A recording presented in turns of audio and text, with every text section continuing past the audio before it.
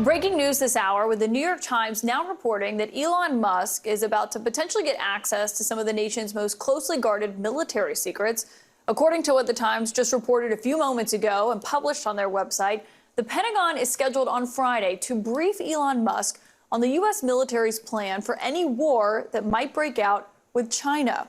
After the Times published this article just a few moments ago, Sean Parnell, the chief Defense Department spokesperson, provided this statement. And I'm quoting him now. He says the Defense Department is excited to welcome Elon Musk to the Pentagon on Friday. He was invited by Secretary Hegseth and is just visiting.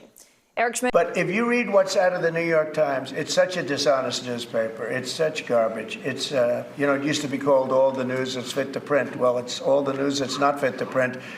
They have fake sources, or they don't have sources. I think they make most of it up. But this was a made-up story by the New York Times. I call it the failing. It's a failing newspaper. It's failing.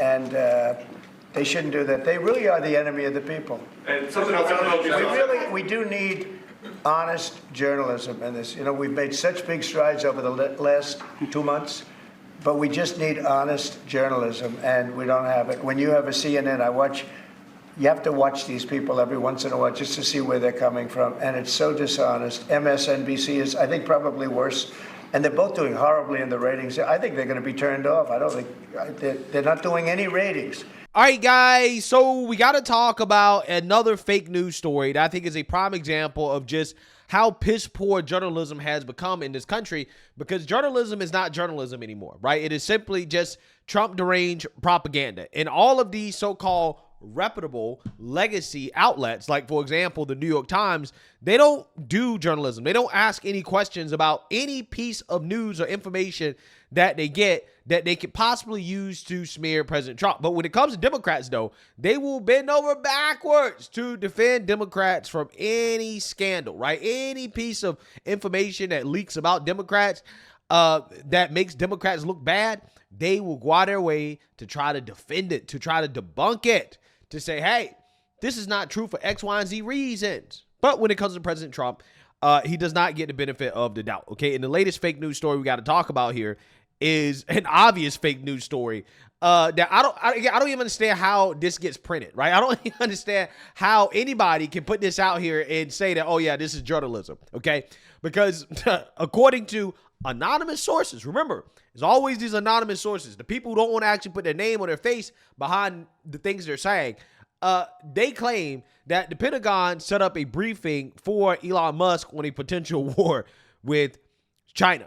Okay, this is what they claim, okay, ahead of Elon Musk meeting with the Pentagon. Now, anybody with two brain cells to rub together should question whether or not this is true, right? Would the Pentagon really meet with Elon Musk to talk about a potential war with China, right? It just sounds too good to be true, right? It sounds like something that you should probably double and triple and quadruple check before publishing as if it is factual, especially with a headline like this, because we know that certain outlets, like, for example, MSNBC, all they do is read the headline. They don't read the article, in which you can clearly see that they don't have any solid or reliable source to verify that this is true. But again, that's not what Rachel Madcow needs, okay, in order to run this story as if it is factual. All she needed was a headline, which she admits that, hey, I didn't read this story. I don't really know what this story is about. I don't know anything about the details. But hey, Tim Walsh, react to this, freak out over this headline from the New York Times.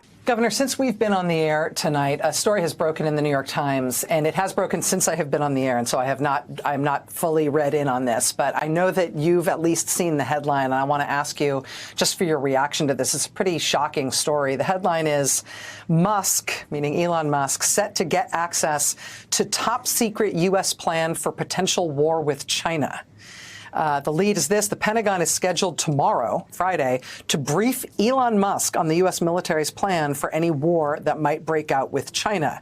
One official confirming to the Times that Musk is to be at the Pentagon on Friday, but offering no details. Mr. Musk, of course, has extensive financial interests in China, and so this, I think, is raising lots of alarm bells for a lot of different people. The Pentagon's war plans, known in military jargon as O plans or operational plans, are among the military's most closely guarded secrets. If a foreign country was to learn how the U.S. planned to fight a war against them, it could reinforce its defenses and address its weaknesses, making the plans far less likely to succeed. The top secret briefing for the China war plan has 20 to 30 slides that lay out how the U.S. would fight such a conflict. It covers various options on what Chinese targets the U.S. could hit over what time period. And these would be the options that would be presented to Mr. Trump for decisions. For some reason, they have decided to show Elon Musk this level of detail about a potential war with China while he operates the largest car factory, I believe, in China, and has immense financial interests in that country and contacts with that country's government that he has not disclosed to the U.S. as part of maintaining his security clearance. I just got to get your reaction to that, sir. Well, speechless would be the word. I don't know how to convey. I don't possess the language ability to convey how far out of the norm this is. Like nothing that people listening, like, look, this is those of us who served, the background checks from the FBI, just to receive clearance as an artillery enlisted soldier was extensive to get that background. And then the level of information that you can get, or as a member of Congress, to be able to have access to this type of information. These are closely guarded secrets because our national and our global defense depends upon them. And once again, we have this, I don't know, the character, the world's richest man with the world's most fragile ego. And I don't understand where the Republicans, where are Lindsey Grahams, where are these people who know how this works? I'll be candid, I think this guy is deeply damaged, a buffoon, but I also don't want to elevate him. He is unelected. He does not know how this stuff works. And Donald Trump is being reckless with the most sensitive data. So I want to try and provide some assurance to the American people. But I also think our leadership needs to be very clear about not sugarcoating this. And Donald Trump obviously disrespects the American public. He thinks they're not smart enough to understand this and doesn't care. I do believe the American public knows. And I do believe when they see stories like this, that this is why these town halls are growing so big. This is why folks are starting to question. Yeah. So I want you guys to understand. Again, Rachel Maddow, just put it out there plainly. I didn't read the story, guys, right? I'm reading it right now. I don't know whether it's true. I don't know what's really in the story. All I did was read the headline. Here's Tim Walz rage about this, even though, again, we don't really know what it's about. We haven't really confirmed ourselves to see whether or not this is true, right? Again, with that type of allegation, right, that President Trump is allowing Elon Musk to get access to plans to fight war with China, knowing that Elon Musk has like a clear conflict of interest when it comes to the business that he's doing in China. Again, that's a huge allegation to make, right? Again, you would think these media outlets would wait and actually confirm and verify that, hey, this is actually what's happening, or that this did happen, okay, after the meeting, before reporting on this as if it's fact. But that's not what they're doing. They're quite literally using fake news to radicalize the deranged base of the Democrat Party, right? That's literally what's happening. They just outlined it for you. Tim Walz just said, yeah, stories like this is why our base is radicalized, right? This is why they're losing their minds and committing terrorist attacks against Tesla, right? Fake news. And we've seen this play before, right? The Democrats call it the wrap-up smear. And we call it the wrap-up smear. If you want to talk politics, you call it the wrap-up smear. You smear somebody with falsehoods and all the rest, and then you merchandise it. And then you write it, and they'll say, see, it's reported in the press that this, and this. So they have that validation that the press reported the smear, and then it's called the wrap-up smear. Now I'm going to merchandise the press's report on the smear that we made. And it's a tactic, and it's self-evident. But I think I'm worth the trouble. They're telling you what they're doing. Okay, and this whole Elon Musk Pentagon story is clearly what that is, right? Let's just have the New York Times report some wild thing that some anonymous source that, again, nobody can confirm actually said this, right? But it's because of the New York Times. They must be trustworthy, right? We must believe it. Again, there's no credibility whatsoever, but they report it as factual because, hey, the New York Times said it, right? So the New York Times said this happened. Therefore, it must be true, right? All of these media outlets run this bogus story, again, based off anonymous sources that can never be verified to see whether or not these things are actually true, right? But they've already ran the story. They've already smeared Elon Musk and President Trump. And again, that's the goal. And that's how you end up in situations like a story that I covered the other day where you had MSNBC. They had to come out and give a retraction over the fact that they ran a story from the Associated Press in which the Associated Press claimed that Tulsi Gabbard stated that President Trump and Vladimir Putin are friends, okay? When in the full interview, Tulsi was clearly talking about President Trump and his relationship with the Prime Minister of India and not Putin, okay? And then MSNBC had to embarrass themselves by, again, coming out and saying that, yeah, we got that wrong. Now, they didn't apologize for it because they don't apologize for lying to the American people. They don't apologize for that. They just say, well, we lied and we're going to move on, right? That's what happens, right? That's exactly what happened. So President Trump was asked about this story during a press conference in the Oval Office, and he went off on the liberal media and explained why this story is fake news. You guys are denying this New York Times report that Elon Musk was going to be shown a 20 to 30 page presentation about a theoretical war plan against China. Why not just show it to Elon? Because I don't want to show it to anybody. You know, you're talking about a potential war with China.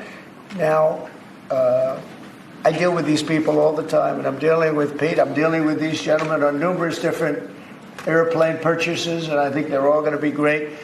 But I don't want other people seeing, anybody seeing potential war with China. We don't want to have a potential war with China, but I can tell you if we did, we're very well equipped to handle it. But I don't want to show that to anybody. But certainly you wouldn't show it to a businessman who is helping us so much. He's a great patriot. He's paying a big price for helping us cut costs, and he's doing a great job. He's finding tremendous waste, fraud, and abuse. But I certainly wouldn't want, Elon has businesses in China, and he would be susceptible perhaps to that. But it was such a fake story. The New York Times is just as fake as CNN and MSDNC. And anybody read that story, people laughed at that story. Who would do such a thing? And the first thing I did is I called Susie and I called Pete. I said, is there any truth to that? And they said, it's ridiculous. No, he's over there to talk about costs. You might want to address that, Pete. But Elon was over there today to address costs. DOGE, thing called DOGE, which you've heard about. Pete? That's exactly right, Mr. President. You pointed out it was a fake story. We pointed out it was meant to sort of undermine whatever relationship the Pentagon has with Elon Musk. Elon Musk is a patriot. Elon Musk is an innovator. Elon Musk provides a lot of capabilities our government and our military rely on, and I'm grateful for that. We welcomed him today to the Pentagon to talk about DOGE, to talk about efficiencies, to talk about innovations. It was a great informal conversation. The rest of that reporting was fake. There was no war plans. There was no Chinese war plans. There was no secret plans. That's not what we were doing at the Pentagon. I might add that I think Elon, if they ever wanted to do that, I think Elon wouldn't do it. I think he wouldn't do it. He wouldn't want to put himself in that position. But if you read what's out of the New York Times, it's such a dishonest newspaper. It's such garbage. It's, it used to be called all the news that's fit to print. Well, it's all the news that's not fit to print. They have fake sources, or they don't have sources. I think they make most of it up. But this was a made-up story by the New York Times. I call it the failing. It's a failing newspaper. It's failing. And they shouldn't do that. They really are the enemy of the people. And something else I don't know if We do need honest journalism in this. We've made such big strides over the last 2 months, but we just need honest journalism, and we don't have it. When you have a CNN, you have to watch these people every once in a while just to see where they're coming from, and it's so dishonest. MSNBC is, I think, probably worse, and they're both doing horribly in the ratings. I think they're going to be turned off. Yeah, so you seen that, you heard that. Now, the president clearly explained that the reason why the Pentagon is meeting with Elon Musk is to do what liberals claim that they want, right? Which is to cut costs at the Pentagon, right? This is what they have been begging for Elon to do. So instead of going after Social Security and Medicaid and Medicare, he should go after the Pentagon. Elon Musk goes out to the Pentagon, and then they're saying, oh, Elon is getting war information with China from the Pentagon. He can't do that, right? Again, it's damned if you do, damned if you don't. So, first of all, I've heard my Democratic colleagues for years talk about the need to downsize the Pentagon and downsize the spending. I don't think that's the question. I think the question is Abby, let me how finish, and please. who. That's the point that I was trying to get at. Okay, well, the how and who is going to be determined by the department and by Congress. But here's the bottom line. My Democratic colleagues have argued for years that the Pentagon is too big, that we need to downsize the size and the scope of the Pentagon. And so you're sitting here now arguing, saying, well, Elon Musk is trying to cut the size of the Pentagon. Well, no. If he is going to go in and make recommendations to the Secretary of Defense, which is what the administration has outlined in the last few weeks, they had that cabinet meeting, and the president made clear Elon Musk's role is to advise, to make recommendations. The cabinet secretaries are the one who is going to make the determination. So if he's meeting with Pete Hegseth, the only reason I'm stepping in is because I think you're mischaracterizing my question to you. No, I'm not mischaracterizing No. What I'm asking Pete you, Hegseth invited him to the what I'm asking you is, if you say, I think you're right, it is up to Congress. It should be probably up to the Pentagon, civilian and military leadership to understand what the needs are. That would be fine, but that's not what we're talking about here. We're talking about Elon and DOGE, who have no understanding of these systems, stepping into that conversation. And I'm asking you whether you think that's appropriate. Well, actually, the way the Department of Government Efficiency has been established, they do have career staff as part of it within each department. And they are working closely within the leadership of each department and with the Department of Government Efficiency to identify specific efficiencies and savings. What the president has said. This clearly suggests that he doesn't have a basic understanding of it, which is why he needs a top. Well, the article suggests that the reason for the briefing is because they need him to understand why, for example, building ships is important in a potential war. Let me help the congressman. So if he doesn't understand that, he's taken a very long time. Hold on, Jamal, just give me a second here, because I just want to finish this and we got to go. If, in fact, he doesn't understand this, why is it that he's involved in these conversations if the only way to get him to understand is to give him a top secret briefing? Well, again, within each department and agency, he is meeting with the secretaries. He is meeting with top officials within each department and agency as they are coming up with the recommendations, as they are going through all of the data, all of the information to make the appropriate recommendations. Should he not be meeting with the cabinet secretary? No. I mean, listen, ultimately, one quick this point, is not. This is not a meeting with cabinet secretaries. We're talking about a briefing on. Pete Hegseth invited him to come and meet. All right. Well, the article is talking about a briefing that Pete Hegseth himself only got last week, and it was finished on Wednesday. He literally is getting this information for the very first time, and he is the defense secretary. And now 2 days later, Elon is getting that information. That doesn't surprise you at all? Can I just say one quick thing? Right, but again. When you actually understand what DOGE is doing, right, you kind of understand that a lot of the outreach, a vast majority of outreach is just so overblown from the media. DOGE is doing things that our government should have did a long time ago, but just refused to because, again, our government is just so bloated. Like, for example, listen to what DOGE is doing when it comes to modernizing the IRS, which I'm pretty sure that's probably going to be a similar approach that they take to the Pentagon, which, again, is making sure that our infrastructure is modern. Tell us what brought you here into Washington and what your top priority is. Yeah, I've been brought in to look at the IRS's modernization program in particular, as well as the operations and maintenance budget. I really care a lot about this country, and this is a huge program that's currently 30 years behind schedule, and it's already $15 billion over budget. Wait a second. Explain to our viewers what the program is in layman's terms. Yeah, so the goal is to take, the IRS has some pretty legacy infrastructure. It's actually very similar to what banks have been using. It's old mainframes running COBOL and assembly. And the challenge has been, how do we migrate that to a modern system? Virtually every bank has already done this, but we're still using a lot of those same systems. And typically in industry, this takes a few years, maybe a few $100 million. And we're now 35 years into this program. We've actually been, if you ask them now, it's 5 years away.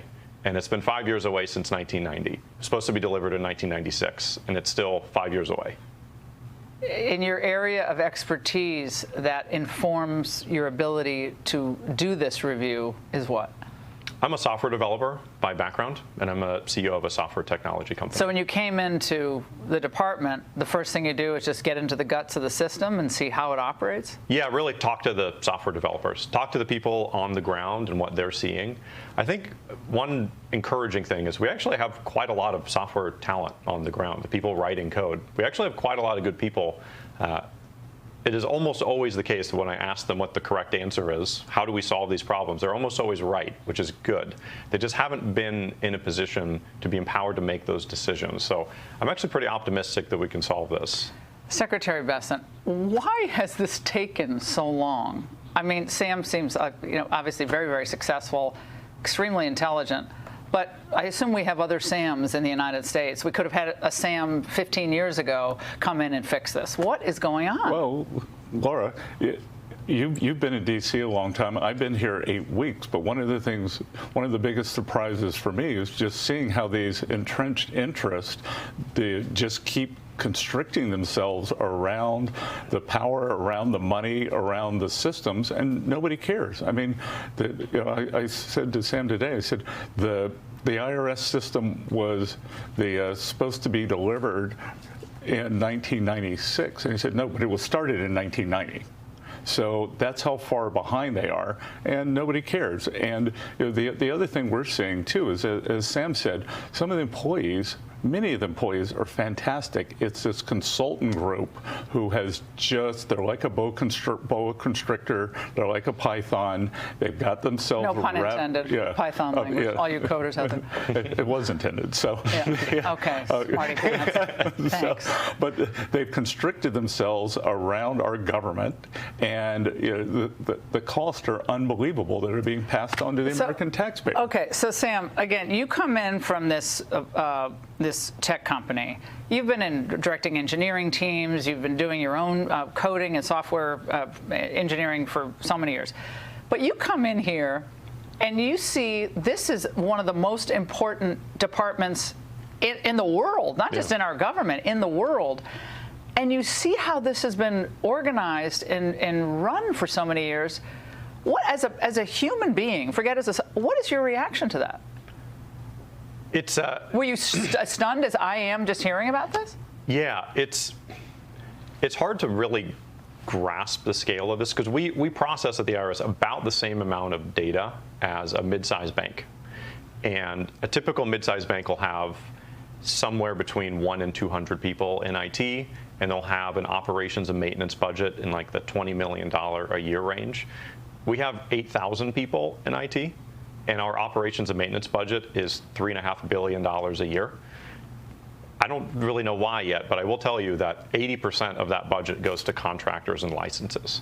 So the contractors and putting these projects out to bid, Mr. Secretary, how big a problem has that been? Well, clearly it's a problem, and that's why when you and I were talking the other night, that's why I wanted to bring Sam in, because I just gotten a briefing from him, and my jaw hit the ground when he was talking about the cost, the timeline. As you know, we talked about it before, I have 3 priorities with the IRS: collections, privacy, customer service, and none of those are being well served. Yeah, so after listening to that, okay, and learning about what DOGE is actually doing, no reasonable person should disagree with the goal of making our government more modern, right? While at the same time cutting costs associated with a lot of these special interests, these contractors, these groups that are basically living off of the government, off of the taxpayer dime. And my gut feeling is that whoever leaked this fake story to the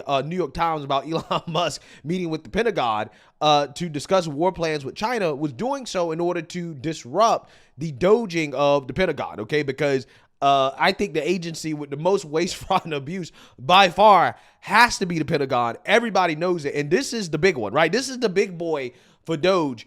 And yeah, I mean, clearly you have special interests on the inside that, again, want to stop that from happening. And I think that's why the so-called anonymous source put out that information as a way to smear Elon Musk and his DOGE effort at the Pentagon before it really gets started, okay? Because again, the people who are the most upset are those that are depending on the government, who are making money off of the government in ways that are not beneficial for taxpayers. They want to keep that money train coming in, right? And DOGE is a threat to their money. Again, this is why you have the media and the Democrats and all of these special interests mobilizing against Elon Musk and DOGE, because they understand that cutting out the waste, fraud, and abuse means that a lot of their money is going to dry up, right? The money that they make from the government. So I think that's what's happening here. Again, it's just a damn shame that the media ran with a story that clearly was not true, right? But yeah, they presented it as if it was factual.